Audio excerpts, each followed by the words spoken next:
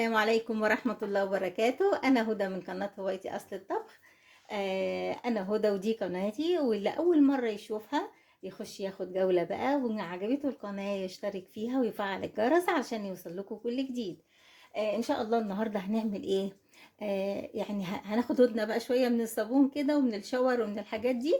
وهتنزل لكم برضو الصابون البلدي. فإن شاء الله هنبدأ نعمل إيه حلو، علشان بقى إيه، في عندنا عيد ميلاد، وكمان علشان شم النسيم جاي ان شاء الله نعمل لكم اي حاجه. فان شاء الله النهارده بقى هنعمل حاجه بسيطه خفيفه قوي. هنعمل عباره عن تورتايه، بس هنبداها يعني من اي تو زد. انا النهارده هعمل لكم حاجه ظريفه جدا، اللي هو ايه، هنعمل النهارده. انا كنت عملت في الصينيه ال 26 دي. اولا انا فتحت الفرن على 180 وبطنت الصينيه، عملتها بالزبده ساقعة من التلاجة حواليها كلها، وحطيت فيها ورق زبدة وبطنتها كده عشان تبقى جاهزة، عشان ما تاخديش وقت لما تتضرب، ما تاخديش وقت. تمام. هحضر بقى العجان. هحضر العجان، هاخد البولة بتاعته اهي زي الفل. هبدأ اعمل ايه بقى. انا عندي الدقيق الاسبونج الجاهز ده، انا وزنته بالميزان 300 من الجرام، وثلاث بيضات، ومعلقه صغيره فانيليا، ومعلقه صغيره محسن الكيك اللي هو البونو. تمام يا حبايبي. في ريسيبيه تاني غير ده، انا كنت عاملاه قبل كده في الصينيه 26. كنت عاملاه انا، بس حابه اقول لكم عشان اللي حابب يعمل الريسيبيه الاربع بيضات. الاربع بيضات هحط له 350 من الدقيق الاسبونج، ومعلقه محسن برضو، وكمان معلقه فانيليا، بس هيبقى اربع بيضات. يعني لو زودتي ال50 جرام هتحطي قدامهم بضايه. تمام. طيب احنا النهارده هنعمل الريسيبي بتاع اللي هو المقادير بتاعه الثلاث بيضات. الثلاث بيضات هحط لها 300 من دقيق الاسبونج، وهحط معلقه محسن بونو اللي هي تكون صغيره، ومعلقه فانيليا وبس، وتلت كوبايه من الميه. ادي التلت اهي. طب انت لو مش عارفه تحطي ال 300 دول هتعملي ايه؟ هتاخدي خمسة من دول، انا معايرهم كده عشان اقول لكم. خمسة من الكوبايات المعيارية اللي هي التلت اهي، انا كاتبه عليها عشان تبقى واضح قدامكم، عشان طبعا دي مش ملحوظه ان كانت تلت ولا لا، فانا ايه بوضحها لكم. دي تلت الكوبايه اهي تلت. بتحطي كام؟ بتحطي خمسة علشان تعملي 300 جرام، يبقى تاخدي التلت ده تعمليه 5 مرات من العبوة اللي عندك، ويبقى ده هو ال 300 جرام. 300 جرام هيوافقهم 3 بيضات. طيب مش عايزين بقى نكتر معاكم، عايزين نعمل ايه عشان ننجز. هنحط بقى كله على بعضه يا حبايبي. تمام كده. هبدأ انزل بالمية الاول اهي، تلت من المية الساقعة المتلجة المشبرة اللي فيها تلج. بصوا، ادي التلت اهو، سوري، تلت اهو. تمام. اهو لحد الحز اهو، ادي تلت كوبايه ميه. تمام. بصوا الميه اهي عشان نعرف. بصوا التلج فيها اهو، مش عارفه واضح ليكوا ولا ايه، التلج باين اهو. تمام اهو، كويس كده. يبقى كوبايه تلت كوبايه ميه مشبره، وكمان هحط معلقه فانيليا صغيره او نص معلقه اهي. تمام. علشان احنا هنعمل واحدة تاني، احنا هنعمل دي بالفانيليا، وهنعمل واحدة تاني ان شاء الله بنفس الصينية برضو، عشان نعمل تورتاية حلوة كبيرة. وعلشان ما تقرفكيش او تتضايقي او تحطي نص ابيض ولا نص بني، لا احنا هنعملها كبيرة وهنعملها عالية ب6 بيضات فقط. تمام كده.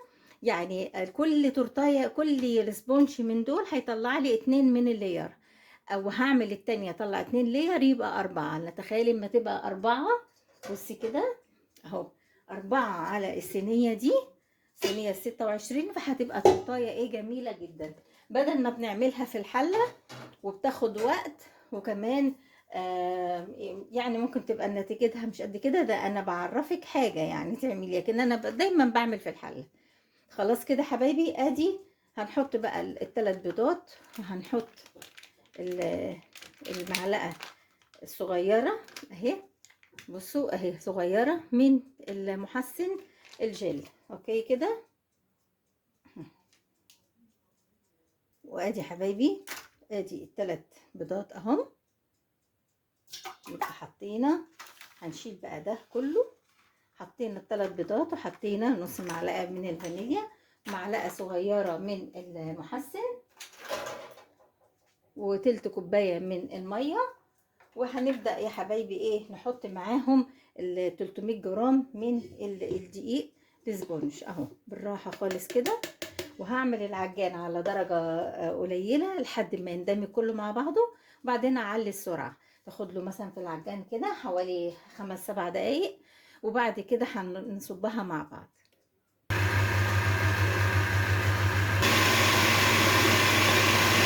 وبكده حبايبي خلاص بصوا انا ضربتها اهي، بصوا شايفين الجمال. ما خدتش يعني هقول لكم 5 دقايق، خدت 5 دقايق بس. كده حبايبي خلاص انا هنبدأ بقى احطها ايه في الصينية بتاعتي. شايفين شكلها ايه، انزل كده اهو. ابدأ بقى معلش عشان ايه هي بتبقى تقيلة على ايدي اهي. هنزلها كده واحدة واحدة. المهم ان انت تخلصيها بقى من العجان خالص، يعني ايه ما تخليش فيها حاجة. يعني هبص كده جوه وهشوف مثلا هلاقي فيه اهو، هبدأ انزله برضو. طيب التورتايه دي ممكن تعمليها يعني هي لوحدها كده، وتعمليها مثلثات كأنها كده من الجاتو. تمام، تعمليها 12. هستفها بقى كده حبايبي اهو زي ما انتم شايفين، وبخله، وابدا امشي عليها كده عشان ما يبقاش فيها فراغات جوه ولا اي حاجه. سخنه طبعا الفرن على 180، هنولع بس من تحت بس. تمام، هتقعد لها بقى حوالي 3/4 ساعة كده ولا حاجة، ونشقر عليها بعد نص ساعة و5 نشقر عليها.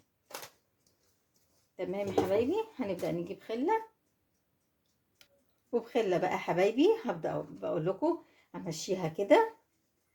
لقينا ان الطريقة دي احسن من التخبيط. تمام، ليه؟ عشان لما بتتخبط برضو ايه بتضيع الهواء اللي فيها، لكن هي دي بقدر الامكان يعني بتخلي ما فيهاش ايه فراغات كتير. اهي يا حبايبي شايفين الجمال بقت اهي، شايفين كأنها مرسومة. هدخلها الفرن زي ما قلنا، وهنشقر عليها بعد نص ساعة و5 كده ونشوفها. كمان عايزة اقول لكم انا هعمل واحدة زيها تاني، بس هتبقى بالشوكليت. ليه؟ انا حابة اعمل ايه، اعمل الصينيه دي بدل ما انا احط ابيض وبني والتانية ابيض وبني على ايه، انا اعمل دي بيضه كلها واعمل واحده بني، اقسم دي وهي هتتقسم اصلا 2 لير، وبعدين تتقسم كده فهتبقى عاليه من الناحيه دي، واعمل زيها واحده بني برضو تبقى زيها من الناحيه التانية. ان شاء الله لما نبدا ونعملها كده مع بعض هفهمكم هي بتتعمل ازاي. ده بالنسبة للتورتاية. لو عايزة تورتاية حلوة كده 26 كبيرة وتبقى عالية، اعمليها على جزئين ب3 بيضات كده، وتعمليها 2 لير. تمام يا حبايبي، فان شاء الله دي انا عملتها معاكم نفس الريسيبي هو بيختلف عنه ايه، يعني 3 بيضات ومعلقة فانيليا ومعلقة من الاسبونج وتلت كوباية مية، وكمان بيختلف و3 بيضات بيختلف معاها ايه يا حبايبي، ان احنا هنحط معلقة من الكاكاو الاسباني منخولة، انا بقول منخولة، معلقة من الكاكاو منخولة، وكمان هحط معلقة من النوتيلا او التقليد النوتيلا، يعني علشان تديها ايه لون وطعم. خلاص كده متفقين. ممكن تحطي بقى زيادة معلقة مية. ليه؟ علشان معلقة الكاكاو بس، مش هحط اكتر من كده. هبدأ بقى ادخلها الفرن حبايبي زي ما انتم شايفين كده، وما تطلع بقى وتطلع التانية، بدل ما اثقل عليكم في الفيديو يبقى ايه اوريكم الاتنين، وساعة التزويق بقى نعمل فيديو تاني. انتظروني. وبكده حبايبي بقى خلصنا الاسبونج الاتنين اللي هو الفانيليا والكاكاو. ده اللي انا عملته معاكم اهو. بصوا شايفين، ممكن تعمليه قلت ايه مثلثات، ويتعمل 12 مثلث اللي هو الجاتو. تمام كده بنفس المقادير دي اللي هو 300 جرام من دقيق الاسبونج وثلاث بيضات وتلت كوبايه ميه ونص معلقه فانيليا. تمام كده حبايبي، ومعلقه محسن جل صغيره. دي زيها بالظبط، زادت عنها ايه حبايبي، زادت بس معلقه من الكاكاو، وعلشان اقول لكم السر في اللون اللي هو البني المحمر ده شويه، حطيت نقطتين من الجل اللي هو الاحمر، ومع معلقه من الكاكاو نخلتها وضربتها معاه. ادي الاتنين اهم، دول هيعملوا تورتيه واحده ان شاء الله. تمام كده. ان شاء الله لو قدرت ان انا اصورها لكم هصورها لكم، او ممكن اصورها لكم بعد ما بتفنش، فربنا المستعان يعني. فعايزه اقول لكم بس حبايبي، دي هتطلع تورتايه. ممكن الاسبونش ده بتقسميه اتنين، لاير اتنين، هيديكي اتنين وده اتنين، هيبقوا اربعة. تمام كده، يعني ده هيبقى اتنين وده اتنين، هيبقوا اربعة. طيب هروح ممكن اسمهم كده وحاطه الاربعه فوق بعض اللي هو الفانيليا، فهتلاقيها عليت بقت قد كده. والبني دي هتتقسم اتنين، وتقسمي الاتنين اتنين وتحطيهم فوق بعض، هيبقوا اربعة. هتبقى هنا اربع طوابق وهنا اربع طوابق، هتبقى تورتيه عاليه مع الكريمه ومع الحشو ومع الحاجات دي، هتديكي تورتيه حلوه قوي. فانا عايزه اقول لكم الفايده النهارده في الطريقه اللي انا عاملاها لكم، ان بست بيضات عملنا تورتيه مقاس كبير ال 26 دي، وكمان عملنا ان شاء الله هنعملها تورتيه عاليه، وهتبقى مساحتها كبيره غير اي تورته، على عكس لما بنعمل التورتيه في حله واحده. تمام كده. فدي طريقه حلوه، ممكن تشوفوها وتبقى تعملوها. الريسيبي بتاعها سهل قوي. ان شاء الله تعجبكم. بشكركم حبايب قلبي، وكل مره وانتم طيبين، وانتظروني مع